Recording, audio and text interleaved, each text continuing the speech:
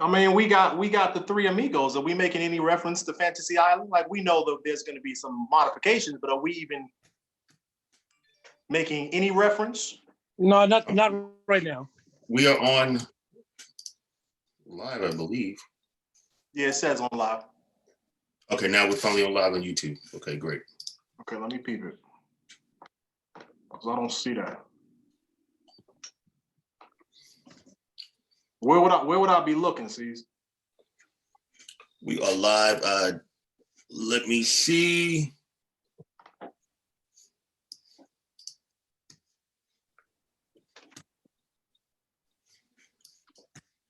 Hold on.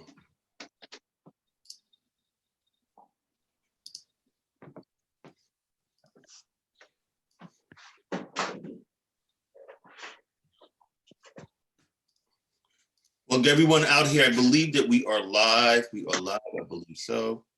Can you guys see all three of us? Let me know.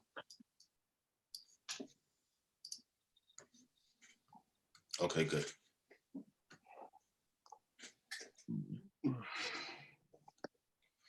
Why is my shit so pixelated? One. Yours is pixelated and Mine Jason's is too. crystal clear. No, yours is the actual clearest by far. Yours is in fucking Technicolor. Who? Jason's. Naquan said, hey, Jason. Emmett said, hello. Hey, y'all. Hey, Naquan, how you doing? Emmett said, Hey, Naquan, how are you? hi, what's happening? I see all three. But let's get to it. Good evening, everyone. I'm glad that you guys are tuning in tonight. I hope that you are having a beautiful day and week, another day in quarantine. How are you guys holding up? At this point, I'm here. That's the best way to say it. I'm thriving. I'm thriving. I'm doing good. I'm enjoying all this downtime. I'm enjoying all this meditative state, all that. Okay, that's good. So tonight we're going to talk about relationships, or relationships if you really want to go there. But for those out there that are not gay that want to chime in, of course, you guys are more than welcome. So Frank, you wrote a post, I believe earlier this week. I don't know if Jason, you've seen it. And the post was name couples, gay couples that have, say the post. It was basically the post was saying gay couples that don't really make it, Black gay couples. I mean, what I said was, observing kind of, and also knowing both sides of the fence. I've seen straight couples, we typically last, it's not unusual for a straight couple to last 8 years or more. And what I said was, I dare any of my audience, your audience, this audience, to name me 5 gay male couples, gay Black male couples that have been together for more than 8 years. And almost nobody can do it, and it's not a judgment. People misunderstood what I was saying as if I was judging it. And we could talk about what I was trying to do. But my point is, it doesn't really exist. So the question really is, why is it that gay Black male relationships don't last long term? They pretty much have a 5 to 7 year expiration date with very rare exceptions. 5. Yes, I think 5 to 7 is about as long as you see. I'm saying 1 to 2 max. Oh, okay. So if you get past the 2 year mark, then hooray for you. Because you don't normally get past the 1 year mark. Let me ask you guys this. Are you guys talking about in ballroom? Because if you're talking about ballroom, as we know in the community, not at all. In the LGBT, that's a microcosm to the world. That is just a no. So are you talking about overall gay people, period? Overall. Black gay male relationships. And I mean, there is somebody that I follow on Facebook. His name is Chadwick. Chadwick and his boyfriend, I think, been together for longer. Chad, down in Atlanta. Down in Atlanta, they've been together for longer than 5, I think. Longer than 5, not longer than 8. Are you sure? But are you sure they're not on their way to 8? They might be close to 8. They might be on their way. Okay. Because 5 years is still a milestone at the end of the day, especially for a gay relationship. It is. It's a milestone. Right. Which is sad to say, but it's a milestone. So the question of the hour is, why is that? And how can we not judge that? Because my whole thing is, let's get to this. What's the longest relationship you both have been in? My longest relationship was a year and a half. My longest was a year and a half. Well, and mind you, me and Jason are the same age, same generation. I was going to actually say that. And Jason, I've been in 2 very long relationships. I had a 5-year relationship, and I had it, if you want to, on and off for 10 years relationship, you could say. So, I know it's not impossible, but I also think it depends on who the individual is and who you are and how you met the individual and how they classify themselves, if you understand what I'm saying. Okay. You understand what I'm saying? For example, the individual who Jason knows very well that I was involved with for so long and connected to, they're not in the community at all. Their only connection to the community is myself and the people connected to me. They have no other connections. You wouldn't even really know about them. They have a different mindset. And I feel that they've always carried the relationship. I don't want to say hetero because that's like, I hate how that sounds, but Jason, you get what I'm saying, right? Like, no, I get what you're saying. It's kind of like 2 different scopes of the life. So whereas though the way we look at things, because we're involved with the community, we're kind of infused in it. And the way he looks at stuff, like when we say certain things, he looks at us like we're fucking crazy. Even though now, after all this time, he understands more of it, but he's still, the way we look at stuff and the way he looks at it is 2 different spectrums. Most definitely. So you both had a year and a half relationship and y'all both are 37 years old. Why is that? Nigga, I'm 36. Stop pushing me up. 36. 37, same difference. 40, whatever. Okay. I'm 41. So let's do it. Why, Jason? Because you've been exposed and met many people. Why have you only been in a year and a half relationship out of your longest relationship, all the years that you've been in this lifestyle or in this life? I think for me, relationships change as the scope of what they look like once I hit 35. So people that I was dealing with under 35, the way I looked at relationships, I'm a relationship-oriented person, but for some reason, I will always fall for the Build-A-Bears. I will always fall for the people that were takers. They weren't givers. And I'm a giver, so I attract takers. And in that, I will find myself investing time, investing energy, from spiritually to financially to socially to, bitch, I can keep on going down a list of things that I kept dumping into people that ultimately should have not even had my phone number. Like they shouldn't even have had access to me. They shouldn't even have been yoked with me. But I think that those relationships and those trials and tribulations made me understand for what my 5 non-negotiables are, that I'm not like, if they don't meet these 5 expectations, I'm good. Now, what are the 5 expectations? Well, for me, I need someone that is faithful, someone that's of faith, someone that has some type of spiritual connection. I'm not saying religious, but you have to be spiritually yoked. Of course, someone that has financial stability and demonstrates financial excellence. So meaning as though they're financially stable and they want to do better or more for themselves. And I'm also really like tight-knit with my friends and my family. So you have to have some type of family core values. Like if you have some type of family core values, like I could fuck with that. Like outside of those 5 things, I'm good. If we want to just have sex, it could be sex. And even with that, I'm good on that too. Like I don't even want too many energies connecting with me at this point. Like I'm just on a whole different thing. I mean, as far as me, it's like my position is different. My position is, like I said, 36 years old. I'm not ready to settle down yet. And the reality is, I wasn't honest with myself at 26 years old about the fact that I was okay being a manhole. I think as men, first of all, the problem, let's be clear, the problem, quote unquote, that we're talking about is men in general. I believe that the male species in general is not really gravitated toward monogamy.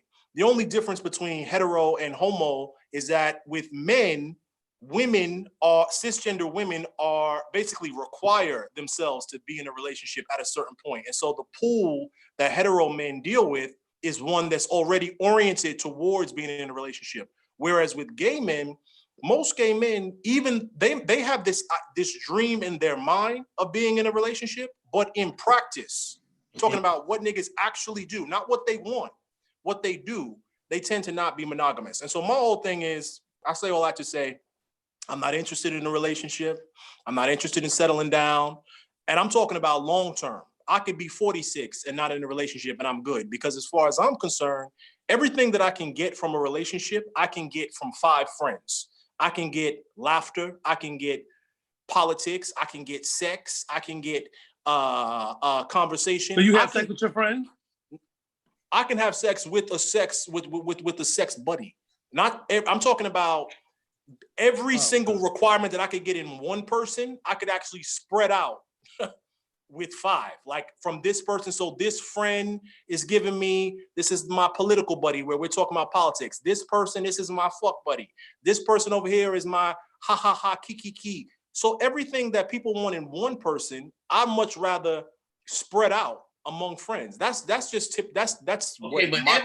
But do you think that more goes on you? Is there a reason why that you're doing that? Because if you're able to spread all this energy amongst just 5 friends, and that satisfies you as a relationship for what a relationship you feel entails, have you ever tried to just sit back and like put that energy into one person and see? I have, and I'm honest. I'm right. First of all, let's be clear. This is what you call radical honesty.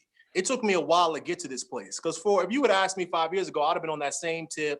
Oh, you know, la la la la. But now I'm really honest about the fact that, you know what, actually, and I'm forgive my candor. Can we be frank?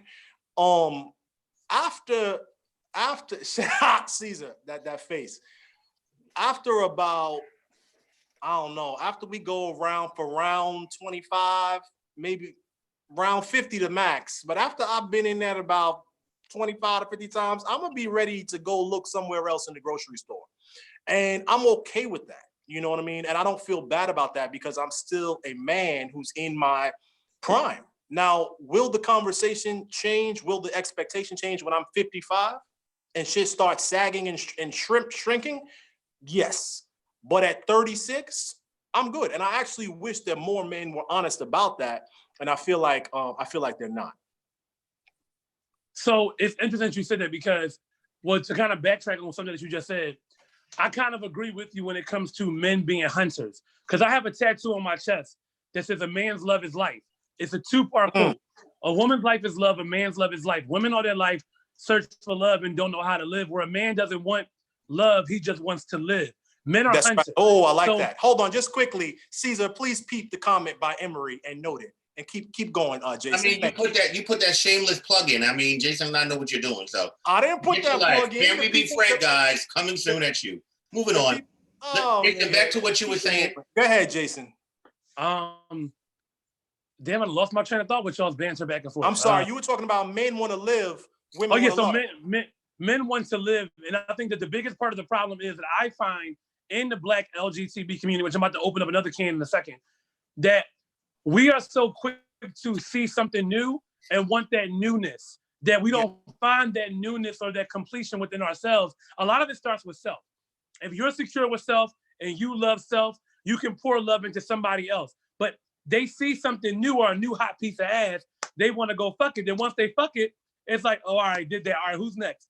So I always thought that it was distasteful. And I've had a fair share of people in my life, but not that many folks can walk around and say, oh, I fucked Jason, or I sucked Jason dick, or Jason fucked me. Only because like I valued myself enough to know that, number one, I didn't want that type of reputation.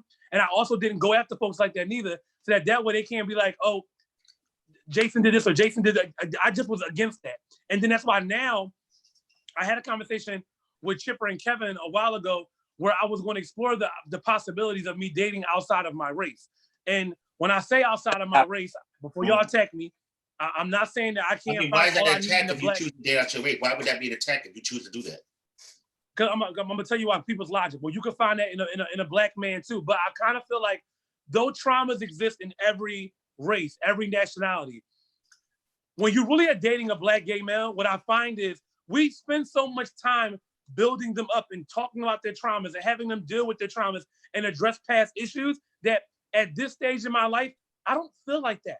And not to say that other races and nationalities don't have their own set of traumas, they do. But I kind of feel like all the traumas that are placed upon a Black man, it becomes difficult to date a Black gay man. It just becomes fucking difficult. And I don't feel like it no more. Well, why do you become why? So you feel like every Black gay man has some type of issue or some type of trauma or some type of thing that they are dealing with? Because I feel like that's kind of like generalizing too big. I'm gonna say 40%. 40.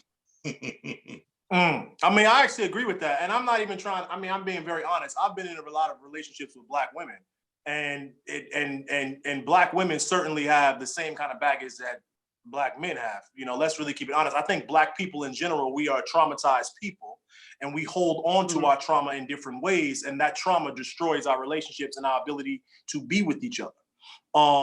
So that's the way I feel. Now, to Jason's point about the interracial thing, I was raised in an interracial household. You know what I mean? I'm not interracial, but guys, we actually have a couple coming on, so just hold on. Just want to bring them on real quick. And Pat on YouTube said that's how I feel about straight Black men, 60%.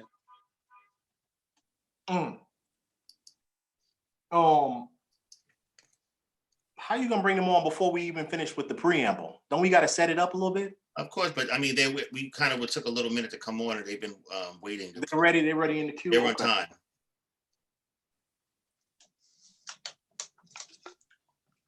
Continue though, Frank, while they're coming on. I mean, and so I made. What was I saying? Oh, about interracial. I mean, personally, I know that I am attracted to Black people. And that's who, you know, that's who I want to be in a relationship. And that's a political decision. You know, who you love is a political statement. And so for me, I'm very committed to being with a Black person, you know what I mean, period. I want Black children with a Black mother. If I'm in a relationship with a man, I want to be with a Black man. You know, I'm very fluid, but when it comes racially, I am committed to being in a relationship with not just a person of color, but with a Black person. And I think that's important. That's another conversation that I think we need to have about what that looks like and what that might mean for us. But who we got coming on? Something's going on with this thing, so give it a moment. So Jason, piggybacking off what you said, do you feel like because to me, I think that a lot of trauma in relationships goes to the relationships that they may be seen as they were growing up or when they enter this lifestyle. Do you understand what I'm saying? I feel like most people can want or adapt something that they've seen that was great, or if it was something that was negative, meaning that if they've seen a healthy relationship, I feel like a lot of people want to thrive for that. But if you've seen a person that has always seen drama and always has seen issues in a relationship with people, that they kind of mold themselves after that because they don't know anything different, to be honest with you. True. But that's true because you know how close I am to my mom. And me and my mom had a really good, deep conversation about relationships a couple months ago. And I told her, I said, you know, Mom, I have very poor examples of love. And she was like, well, what do you mean by that? I'm like, when you think about it, you and my dad had a dysfunctional relationship. It was a dysfunctional relationship that y'all were in. And when I look at Black love and what love means, love was you going to work, you providing for us, you being the strong person. Those were ways that I seen with love. So you never needed a man for anything. So I adapted those same kind of policies. I'm independent, self-sufficient, don't need no man for nothing, don't rely on nobody for nothing. So it's like, when I look at what love is, I didn't have those examples. Not even, truthfully speaking, not even examples of great love from another male. I didn't understand what that was until I got older, when I could say, like, I know for a fact Caesar loves me, and that's my friend. I know Chipper loves me, that's my friend. You know what I'm saying? I have friends that I know have shown me love from another man, but as far as like my father's concerned, I didn't get love from him. That's maybe his version of love, or how he wanted to love me, but. And let me just add this to it before we bring on our guests, before we dialogue with them, but that's a really good point, because the other problem I see, particularly in Black gay male relationships, is too many people are in relationships with other people because they, as a form of distraction from building their relationship with their self. Hold on, Greg, can you see us? I'm trying to join. All right, I'm trying to join. Let me see. You were just on there, then I don't know what happened. Continue, Frank. No, that basically you have a lot of people who are in relationships with other people because they are afraid to be in a relationship with themselves. What's up, Grandma? You know, and so I'm much more interested in building my relationship with me before I'm interested in bringing someone else into my own personal drama. And that's why we have so many traumatic and dramatic Black gay male relationships, because people haven't done the work of being in a relationship with themselves first. They don't know who they are, let alone who their partner is. And that's something that I think is very real. So let me ask you guys a question. Do you guys think there's a difference between a hetero and gay relationship? What do you think the difference is? No. If any. I don't think there's no differences. I think that they go through the same thing that we go through. The only difference is, like, and I mean, I can speak from my brother's perspective, because my brother, you know, one of my brothers is married. He has two kids by his wife. You know, they go through their trials and tribulations. I got another brother who's not married. And the way my brother that's not married looks at, there's like certain situations, he loves his girl. He goes home to her, but he gonna fuck who he wanna fuck. Because to him, it's just sex, it's just a nut. He gonna go home to the person that he loves, that he cares about. And I tell him all the time, that's fucked up. Like, that's so fucked up that you can't be monogamous and just fuck the same girl every night that you know is providing for you, that's taking care of your kids, that's doing all these things. Why do you keep stepping out? And he's like, I don't know, I'm a man.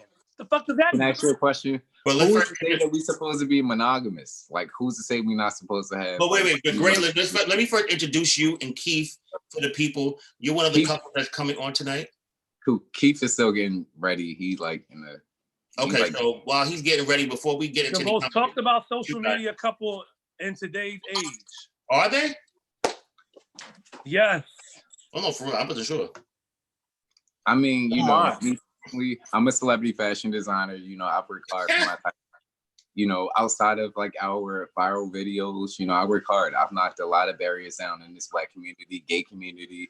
You know, I'm a face of a lot of this stuff. So like, I do take a lot of like negative feedback, but I've also like accomplished a lot, you know, for the Black gay community. So you make sure you put that in there. Published international celebrity fashion designer.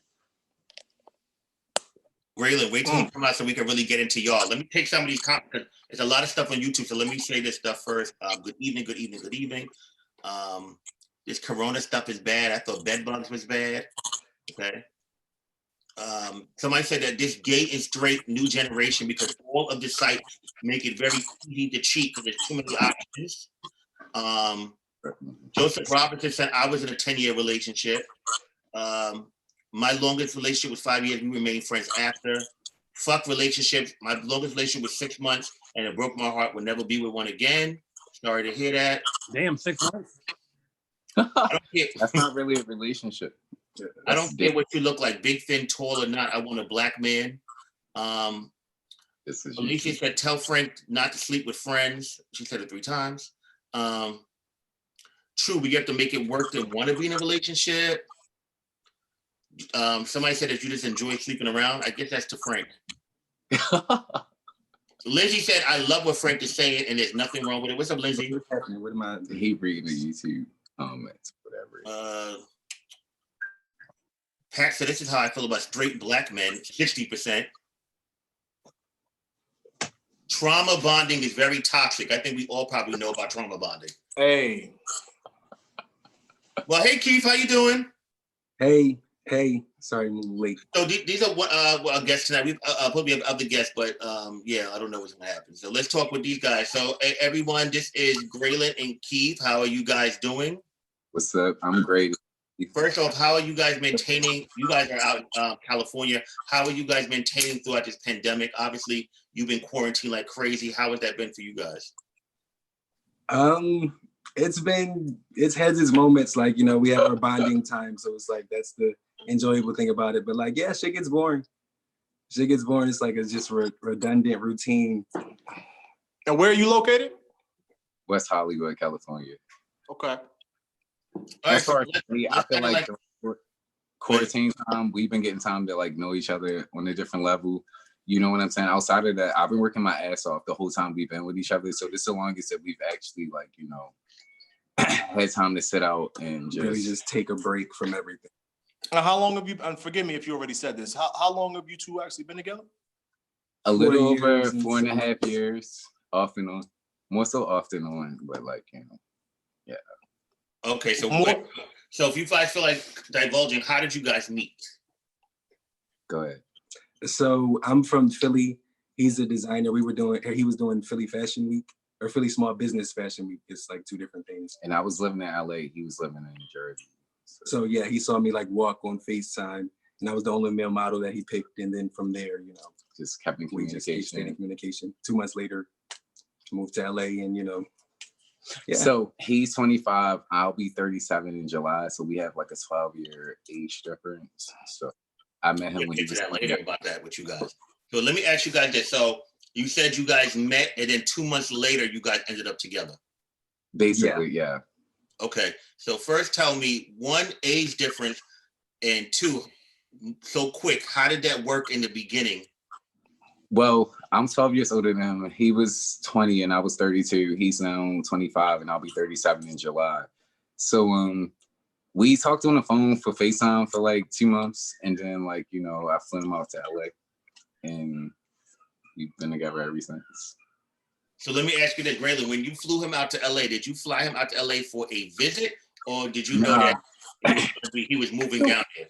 It was both our first time doing this one-way flight. So we like, fuck it. Like, you know, I told him like, you know, I'm gonna get this one flight. If it works out, we're gonna be with each other. If it don't, then like I'll fly you back home.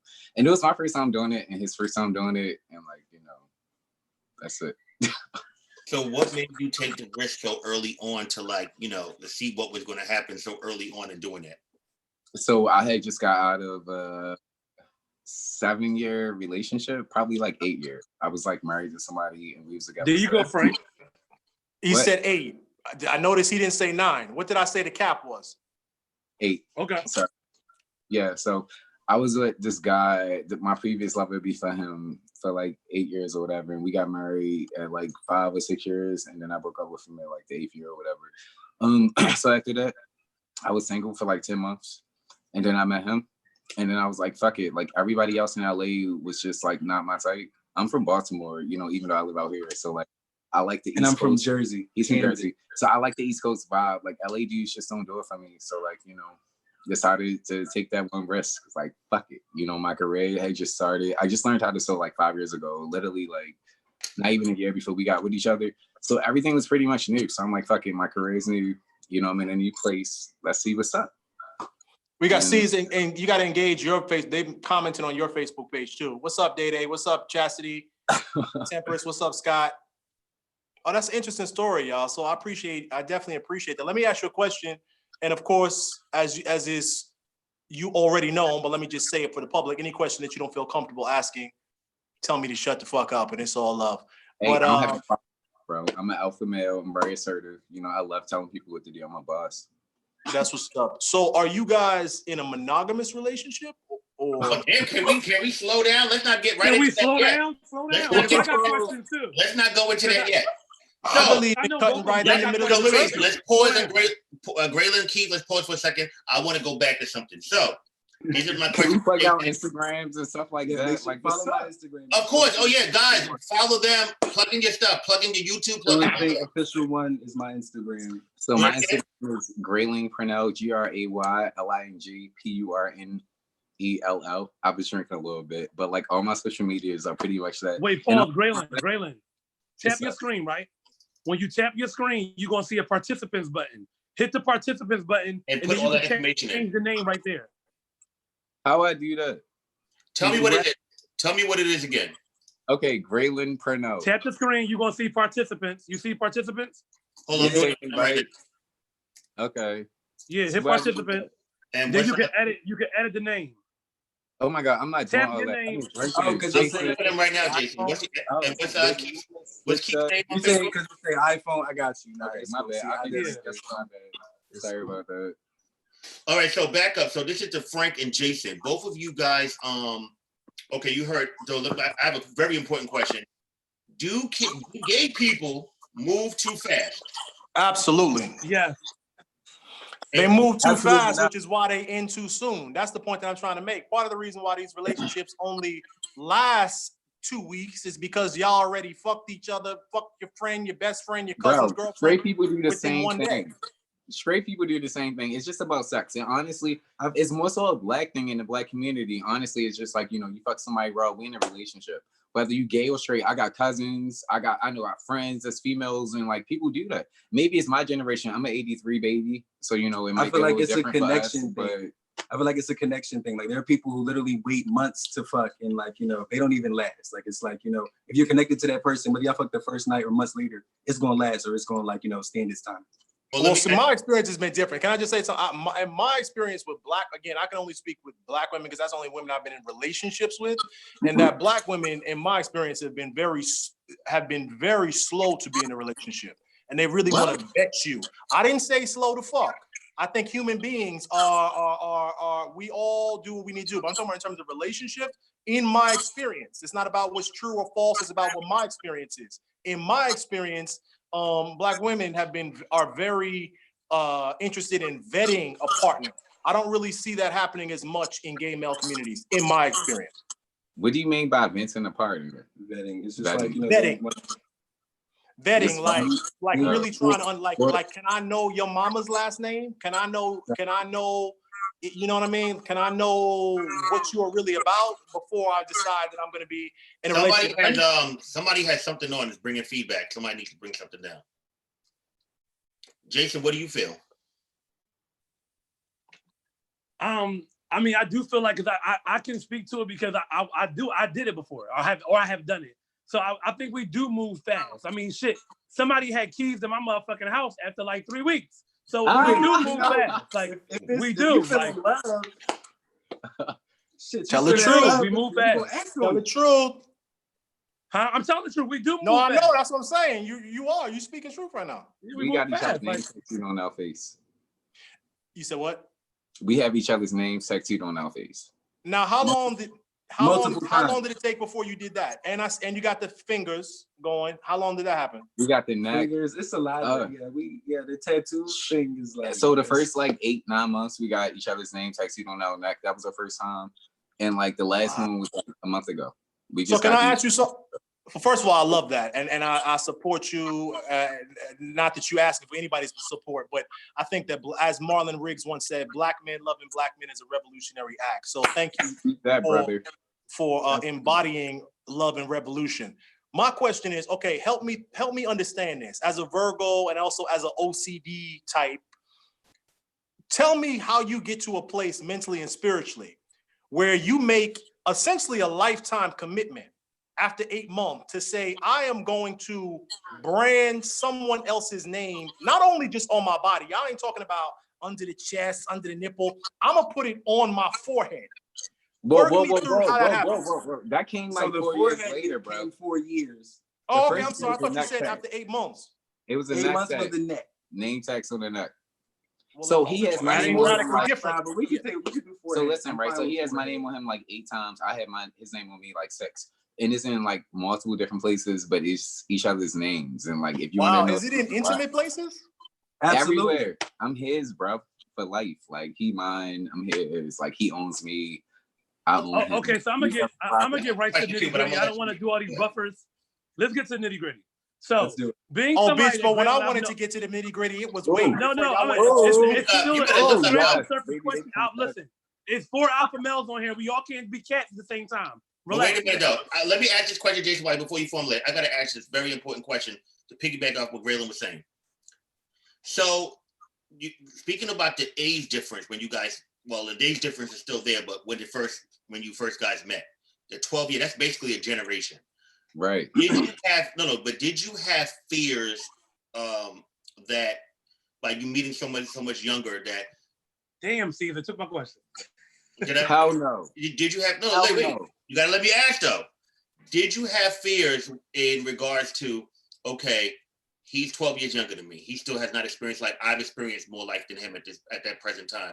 That he's gonna want to, he can still love you, but want to meet other people and want to experience other things and want to date other people. Did you have those fears in the beginning at all in the relationship? Hell no. He don't think about shit like what? That. No. At the end of the day, I am God's gift to the world. What do you mean? Like, why would he want anything other than this? Now, at the end of the day, I feel like Caesar and Jason, I'm not sure how old you are, but we're all in the 41. same age range. You know what I'm saying? So at the end of the day, I feel like I blend in with a lot of so generations. nobody in here is 25? No. No, So the rest of us are all 36, 37. And then Right. Caesar's 41.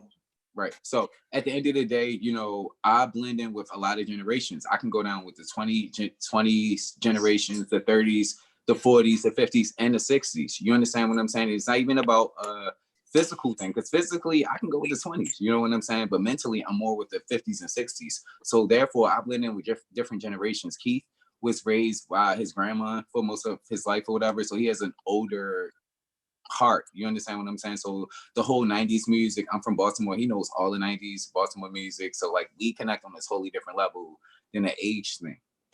So let me ask you a question then. If y'all connected on all these deep levels, and obviously 4 years on and off, more often on, when was y'all's first breakup and why? Okay, so our first breakup, I feel like I'm gonna speak for that or whatever. It was like in like, you know, I'm gonna say like almost the 10th month of us being with each other. That was probably the first serious one. The first, I mean, we had breakups, but I'm talking about as far as first physical. breakup, like which like the first serious breakup. serious one. I feel like that was serious, but let him. I feel like we both can speak for ourselves or whatever. I think I know which one you was talking about. I feel like, you know, after his grandmother died, like we definitely had like our first physical fight, and that literally like we broke up after that. So we were raised different. He's from Jersey. I'm from Baltimore, whatever. But even though I'm from Baltimore, my parents are millionaires. So like I wasn't raised in the hood. You know what I'm saying? I pretty much had a privileged life. So, you know, my lifestyle was totally different. So us getting together, we communicate on a totally different level, if you understand. So because of the absence of his grandmother, right? Correct? Yeah, my grandmother passing definitely took a toll on me. And like, you know, just the arguments that we had after that were different. Like, I don't know, I was different after that. Like, honestly, like that lady raised me. And I didn't even go to her funeral. Like, you know, that's still, I'm in a better place with it all now, but like that definitely took a toll on me. Yeah, we broke up. How did y'all overcome that breakup with communication to get back together the first well, time? Our thing is, well, I'm gonna let him They talk. say absence makes the heart grow fonder. You know, that was our first time actually being away from each other, you know, because I went home at that point or back to Jersey. So it's like, you know, literally ended up reaching out, and then, you know, we got back together. Yeah, just so like most times that we broke up, it was because like physical, whatever. We've had this domestic abusive relationship with each other in like multiple different ways or whatever. You know, we're comfortable with talking about it now, opposed to like, you know, not talking about it or whatever. A lot of people don't even know why we broke up. They just like, oh, these. And these are things that people go through, and it's like, you know, it's not a joking matter. And let me ask you a question about that, though, guys. Because I know this for sure that when physical altercations come into a relationship, it changes. It changes the dynamic of respect and everything. Right. Absolutely. Is it something that opened a door that wasn't able to be closed, if you know what I'm saying? Like, you know, what's clearly, like, what the fuck? Like, how, at the end of the day, I'm agree with you 100%. That's exactly what happened. No, but I want to also know, like, did it start off like, okay, you push, I push, okay, we have a little scuffle? No, it did not start off like further that. and further.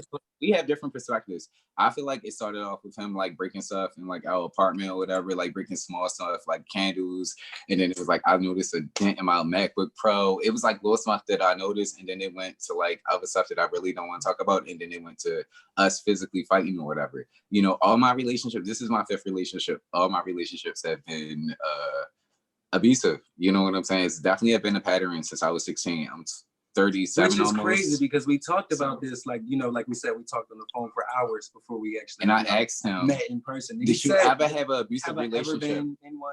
No. Would I ever be in one? Absolutely not. I'm gonna walk away. But I never thought that a man would, you know, actually disrespect me in the ways that, like, you know, I've had to experience in this relationship. So, like, you know, there's a lot of things that we had to go through and get past. So how did you get through those things? How did y'all get through things of abusing each other? How did y'all get through that? Listen, I can't really say anything besides just doing it. You know, it's still a process. You know, we still learn how to talk to each other better and treat each other better every day. It's still a process every day. And honestly, the last wait, hold on. I'm sorry to interrupt. What just, and again, I can't thank y'all enough for coming on. What is still a process? Y'all still beating y'all each other's asses? No, getting over that though, not bringing that into like just like he or what me trying to dominate. Yeah, in like certain situations. I'm an alpha male, and he's like really passive aggressive, and even though he's like passive, he's really aggressive. So it's like we really clash sometimes. So it's like okay, I don't feel like I'm passive aggressive. I feel like I'm either passive or aggressive. Which means you're passive aggressive. So to piggyback off these two questions, being as though social media is such a big prominent factor in all of our lives in different specters, how are y'all able to deal with y'all's relationship breaking up multiple times, and then ultimately, Grayland, you're a celebrity stylist, you're a fashion designer, you're a model, and people follow both of y'all, so they see how both of y'all act and conduct yourselves on social media. So, what was that like for you, Grayland, and then what was that like for you, Keith? What do you mean? What was it like when we were single? No, when y'all broke up, like having such a breakup on social media. Okay, so when like, what was that like? So I didn't know what he was doing. He didn't know what I was doing. Well, you want to speak for yourself? I'm just saying, I had to start my shit over. He had to start his shit over. At the end of the day, like I wasn't saying what which isn't the problem because he wasn't saying what I was doing. So like we didn't really see each other, what each other was doing. Like we both told each other we was open and honest. But like I got into like I was dating somebody else. And it was like publicly or whatever. So like those pictures and stuff is all out or whatever. But he was also dating somebody else. It just wasn't publicly or whatever. So like, people don't know about that. But hey, I said it. Yeah, they ain't really have to either. But either way, this shit was public. Because people see my videos everywhere, and people be like, oh, Grayland was with. And they expect me to be bothered, but I'm not. Like it's fine. We were saying. So let me ask y'all a question, because y'all just don't over talk each other though. So Grayland, being as though I watched you be in another relationship with somebody, you posted him. It was all about him. Then I guess when y'all went sour, you started posting Keith again. When y'all went sour, you started posting him again. No, that's not what happened. That's not what happened. That's not what happened. I called. So I was dating someone else. And then, once we decided to get back with each other, we got back. I stopped messing with that person. We got back with each other. We got into another physical fight, and it was small. But at the end of the day, he should never put his hands on me again. He did that, and I broke up with him again. And then I started talking to that person again, and then we got back with each other. Is what it was. What brings the physicality into it? Like, what happens? Like, what? Very aggressive, and he has no control over himself. Disrespect. I don't like arguing too much. Like it's like I don't know. And I'm from Baltimore. At the end of the day, I'm not gonna let nobody like try to bitch me or like speak to me wrong. So at the end of the day, like if you talk to me wrong, it warning come before destruction. So if you want to go there, I'm gonna take it there, and that's just how it goes. Which obviously is a problem in a relationship. So who's the one that's more likely to walk away from a situation? You said what? Who's the one that's more likely to walk away when you feel like it's going there? Me. He's a more aggressive, hot-headed one. Like, where you going?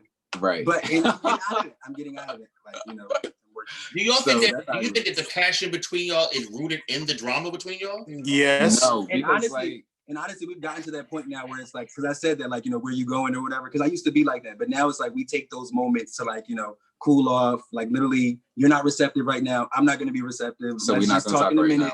Let's chill, find something to eat, smoke. There are other ways, like, you don't have to keep arguing. So basically, we're learning how to, like, deal with each other in a more healthy way. And it takes time. And I think that, like, the thing with most Black people is, like, even though, like, I didn't see my mom and my stepdad fight or whatever, I told you my friends are millionaires or whatever, but my original dad, he was in jail for like from when I was 3 months to like 19 and a half years old. So like he robbed people, he was a drug dealer, X, Y, and Z. So I still have that in me if I wanted to go there. You understand what I'm saying? It's innate. So I feel like with Black people, it's about therapy and actually speaking about things and actually addressing issues and getting over them. A lot of Black people don't like to address issues. You said what? Have y'all gone to therapy? No, we're actually in therapy with each other. Just like, honestly, we help each other at this point. We realize what our toxic factors are, and we're learning how to deal with them in a more healthy way. And it's all about communication. We're actually learning how to communicate with each other better. So that's been effective for us. So y'all talk about all the things that's wrong with y'all. What's good about y'all relationship then? What's good about it? Oh my God, this is my best friend. I love him, bro. I've never loved anyone more than I love him. I love him more than I love myself. Like, honestly, as far as with my business and like who I am, like every day, I feel like he's just like that super fan that just helps push me to that next level. This is my muse. Honestly, I feel like we were together in like a past lifetime. Like we've said that shit like ever since we got together. Like it's like, I don't know. It's just we're inseparable. So what's one of y'all's fondest memories of each other that y'all spent since y'all been together? Like, give me your fondest memory moment. Okay, you go first. Probably just well, not just, but kissing in front of the Eiffel, like when we went to Paris. That was a beautiful trip. So my fondest moment of him is like, really felt like a dream. I can definitely say like my last show, because like I'm a fashion designer and like a lot of work goes into me designing my collections and making this stuff cool to like play or whatever. And behind the stage, like we've reached a point, like I'm on my 7th collection now, but I just did my 6th collection. And behind the stage, you know, I'll be letting my man like, you know, dress all the girls and like pick them out, whatever. And then I'll be handling my press and like everything else, because I don't have any PR, no loans, no handouts, nothing. I pretty much do everything on my own. He assists me as much as I can. But to have him behind the stage handling everything, and then I'm behind it in front of the stage handling everything, and then we come together right before the stage, and then everything just happens. That's magical. You know what I'm saying? And that's like, you know, just the best feeling in the world to have that support. Do y'all want children? Of course we do. Absolutely. Next year we're having twins. We want twins. We're going to start our surrogacy process next year. So what do you think that y'all can do between now and next year that, you know, bringing children into the equation changes the dynamic of a relationship? So right. Besides therapy with each other, are y'all going to look into therapy with like actual therapy to kind of help y'all talk about some issues and stuff? We've looked into it, and like we've tried some different things, but like, you know, nothing has been consistent. Right. You know, so we're not gonna say that we've done it, and like, you know, obviously, but nothing was consistent. So it's like, you know, and then now we're trying different things and different exercises, and like, you know, just as simple as, you know, watching stuff on YouTube and stuff, it'll really help out, you know, or at least it can. And like, you know, we're actually taking those precautions now. But definitely we want to do like all that we can if we're gonna bring kids into the equation. Like we definitely okay.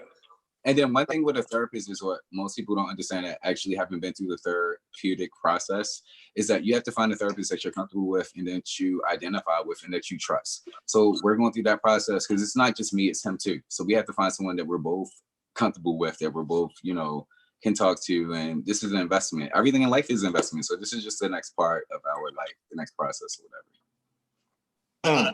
This is a 2-part question. One, if you could go back and have your relationship not be public, would you guys do it? And 2, no, this is my first public relationship, and like it was so private before me. Like, me personally, really private. I'm an open book. I always have been. So it's like, you know, I'm gonna post the shit that I go through. I was doing that before, and now I do like regret maybe some of the like, you know, online rants maybe after a breakup type shit. But like other than that, just having a publicized relationship, I don't mind that at all. I would never take that back. Me personally, everything we experience it for a reason. Like I believe in the power of the universe. I'm not religious, but I'm highly spiritual. So I believe that like, you know, everything happens when it's supposed to happen and for a reason. So like I'm here for it. It's part of my journey, it's part of my process. And like, you know, publicly, you know, people know what I want them to know. No shade, it is what it is. Because like, no people don't know shit about me. I tell people what I want them to know. People say that we post stuff just for views or whatever. And like, maybe we have once or twice, but like once we started, I literally came out in this relationship. I wasn't even out when me and him got together. I literally came out once I moved out here. I posted a picture of him, me and him so kissing. I called my grandmother, like, you know, I'm like, there's a picture going around of me kissing the boy. She's like, is it real? I'm like, yeah, I'm gay. So like literally came out in this relationship. So nothing was done for like, you know, everybody else. It was literally just because we got comfortable in that route. And honestly, our video started going viral. And it's just like, I posted that shit because like, that's what I was feeling. You know, I've never had a person that I've been in a relationship with, a lover that was that open with me that like, fuck it, bro. You want to do this shit? I'm gonna do it with you. Most of the people I've been in a relationship with, they are like total opposite of me, and they be like wallflowers, and they just like, you know, they want to stay hidden opposed to being shown. No, not me. I'm with the shits. I'm with it too. So do y'all practice monogamy? Have y'all brought other folks into y'all's bedroom? Like, let's get to the meat and potatoes of this interview. We definitely practice monogamy, but we've practiced monogamy. Yeah, we have. Absolutely. We have had threesomes before, whatever, a couple of them, whatever, you know. Honestly, who brought up the idea, like, let's have a threesome? I can say like it was because he didn't have a threesome before me, so like I've never had one, so I like. So okay, so when he first brought that to you, did you like it, or was it, or was something that he had to basically warm you up to?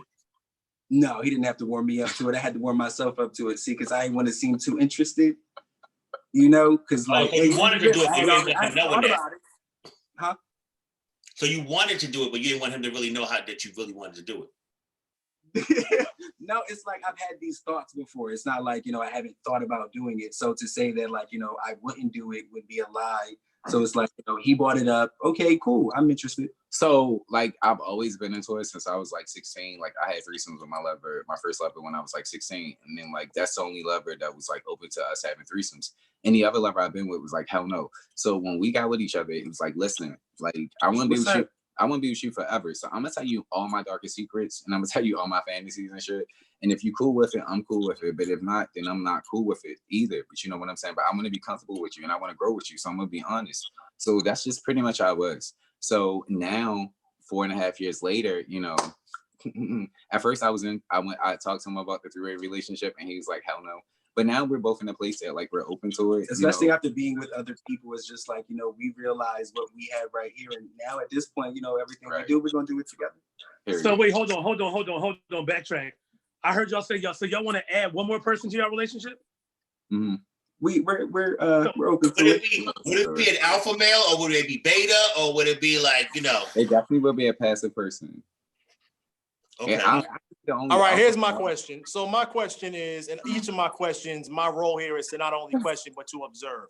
My observation has been that in most relationships, period, hetero or homo, a lot of times couples don't have clear agreements or boundaries. And so what happens is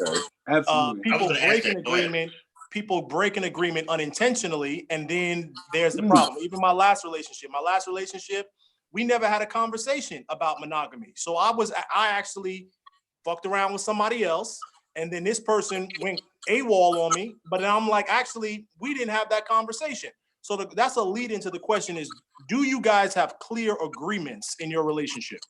Yes, for me, we said, right, I'm a Cancer. So I'm all about boundaries, restrictions, laws. Like it's a lot of laws in the lands, and like, you want to say what you want to say? Yeah, no, absolutely. With me personally, when we met, I was a lot younger. I didn't really know what I wanted. Now, he doesn't like that sometimes, but like, yeah, I know what I want now. So I'm definitely, putting my rules down and stuff too. So like, we meet each other in the middle. Compromise. Okay, so you have basically still learning each other. Well, this is the thing, right? You're going to always learn your partner. Well, we're growing with each other. You're going to grow forever. If you don't grow, you're not getting anywhere. Because I know this nigga, but like, yeah, we're constantly growing and like we're constantly going to mature and like we're constantly going to get to know each other over and over again until we die. So, and just in terms of what's called relationship typographies, like what type of relationship, the observation I'm making is that this seems like a relationship where publicity, you guys value publicity. I don't say that in a bad way. I'm saying it as like in terms of you guys have each other's names tattooed on your body, right? Which is a public statement. You want to claim. No. Let me correct you on that. Publicity has nothing to do with this. That's more of a ownership. It just comes with the. It's an ownership. That's just something that I don't give a fuck about. Listen, I don't care how anybody feels about me. You understand what I'm saying? I didn't say you can. Jason heads up. Just hold on. It's holding ownership. This is my property. I own him. You understand what I'm saying? That's where the tattoos come in. It don't come for anything else. I snap. This is mine. Period. Stamp. Ownership? Ownership, like I said. Ownership. So anyway, so what I was saying was, so let me back up. Just to be clear, I wasn't attacking you when I said publicity, and I didn't mean that as bad. I'm okay. I'm just being clear. Because I actually don't think that's a bad thing. What I'm saying is, my observation is, I'm asking you a question. Is there something about the public nature of the relationship, the fact that you get to share your partner? Let me finish the question. The fact that you get to share your partner on social media, the fact that you get to, publicly claim ownership. Is that something you guys value, or is that something where it's just like it just happened like that?